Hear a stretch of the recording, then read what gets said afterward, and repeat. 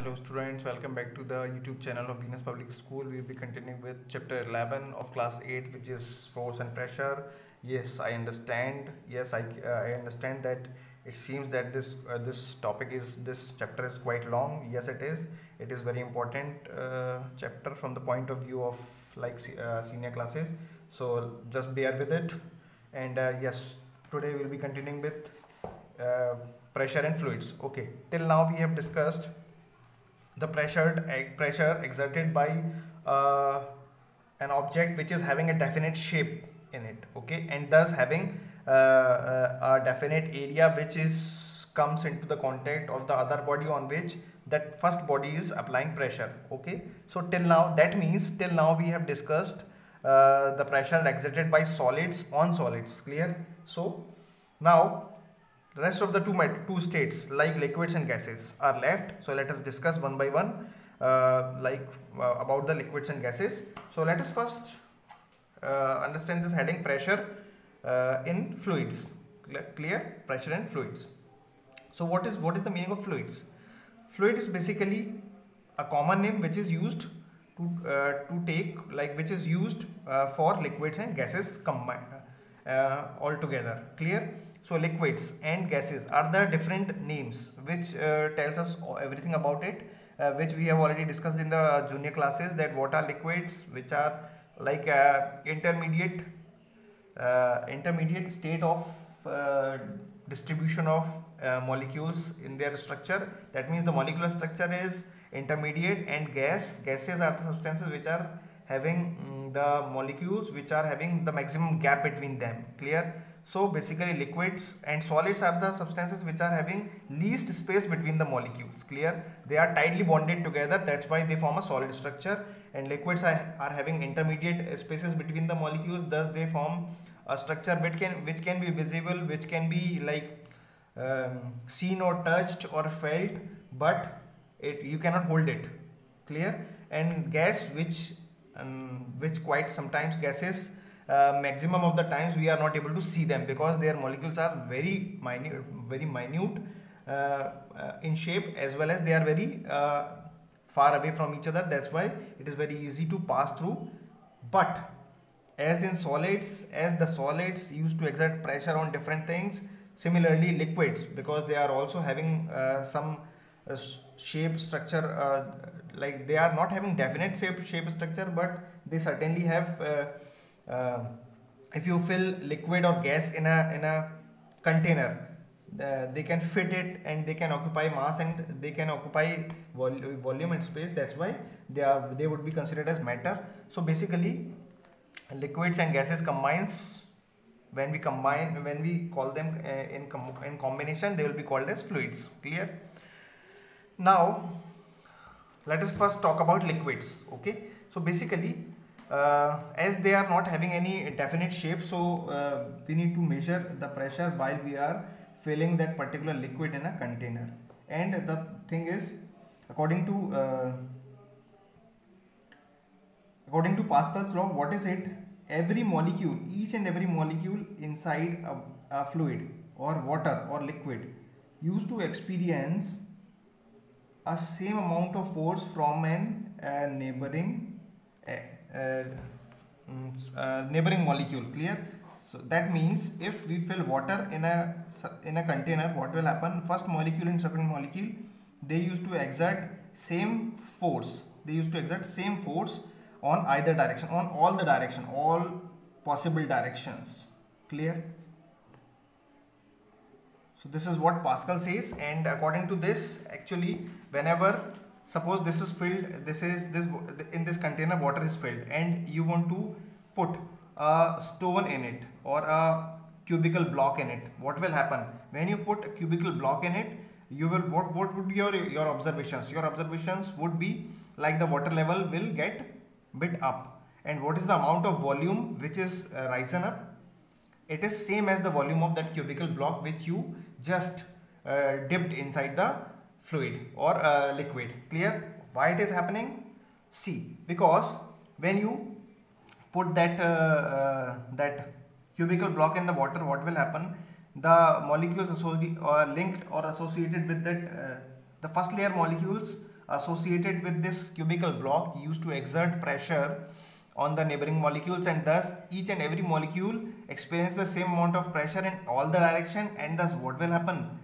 Every molecule used to push the next molecule, but the last layer of the molecule, when this push reaches over there, what will happen? They will find a boundary at the left, right and the bottom side. They will found a boundary. So what they will do, they will try to release this pressure on the end where there is no boundary, that is the topmost side. Okay, thus the water level increases. Okay, and the amount of the volume of the water level which increases is same as the volume which is of this cubical block is. Clear? So which concludes that in liquids the the pressure is spread in all the directions, in equal directions, in equal magnitudes. Clear? In equal amount. Clear? The most important thing.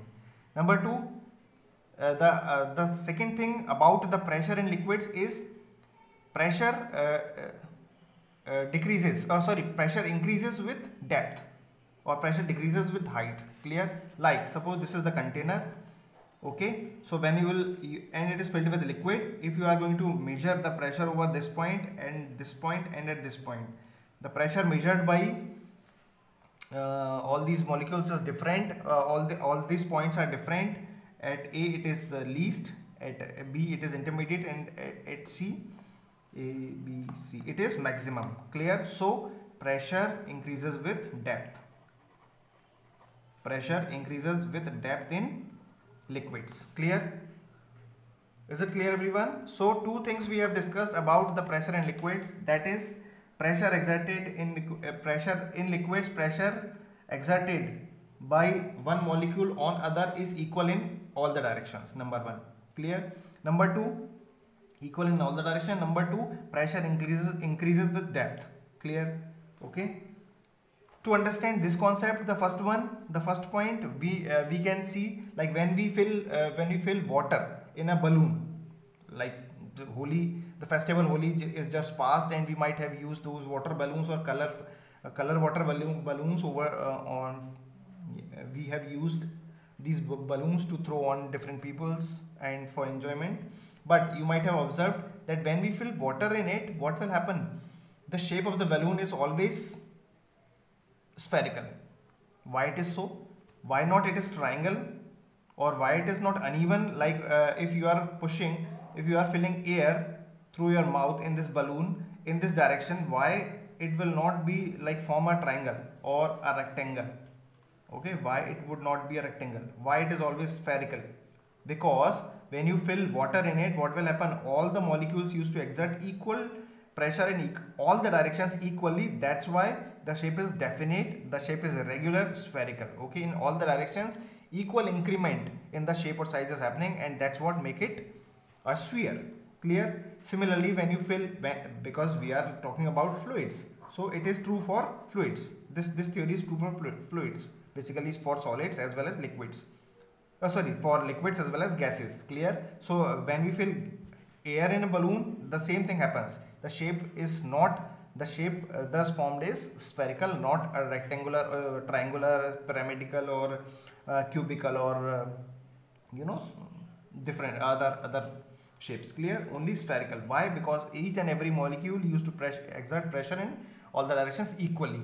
And if you will do one thing, if you will put a pin at different points, what will happen? A balloon which is filled with water, and you like somehow you are succeeded to maintain the shape, and thus doing this pinholes at different places, you will observe that equal amount of water is coming out from the balloon.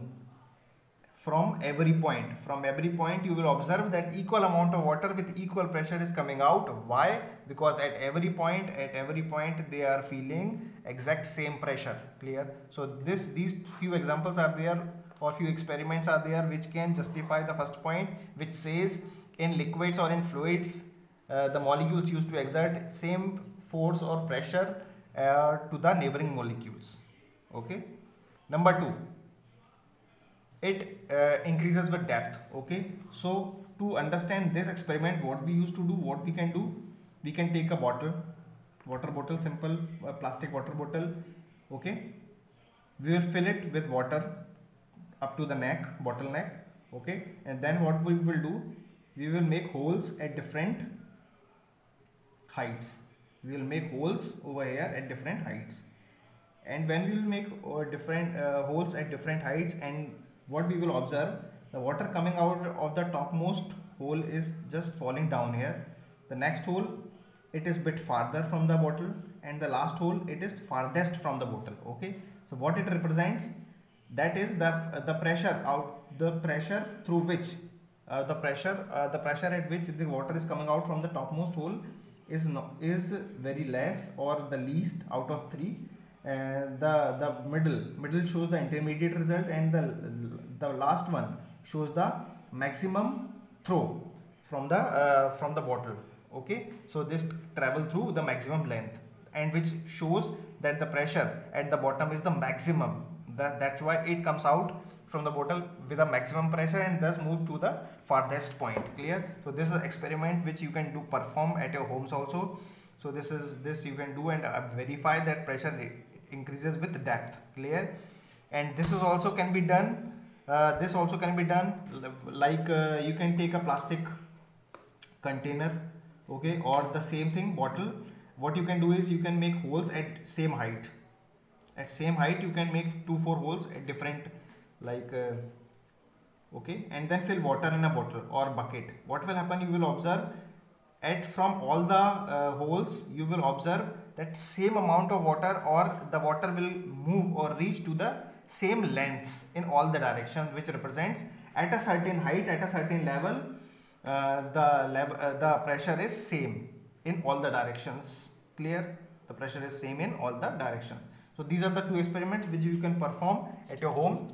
Now, so this is what pressure in liquids. One more thing, pressure gauge is a device which is used to measure the pressure in liquids. You might have seen the pressure gauge at the water pumps which is fitted at your homes. Okay, water pumps, all these water pumps which are connected with the borings, and so when you switch it on, what will happen, you will observe that water pressure, there is a pressure gauge fitted over there. Okay, so these pressure gauge used to tell you how much with how much pressure that liquid or the water is coming out from the boring, and thus you can, if it is not coming with the pressure, you can just turn your machine off, and you will have to check whether there is something wrong in the with the machine or something. But this pressure gauge will help you to check what is the pressure of liquid. Clear? Okay, so this is what about pressure in liquids.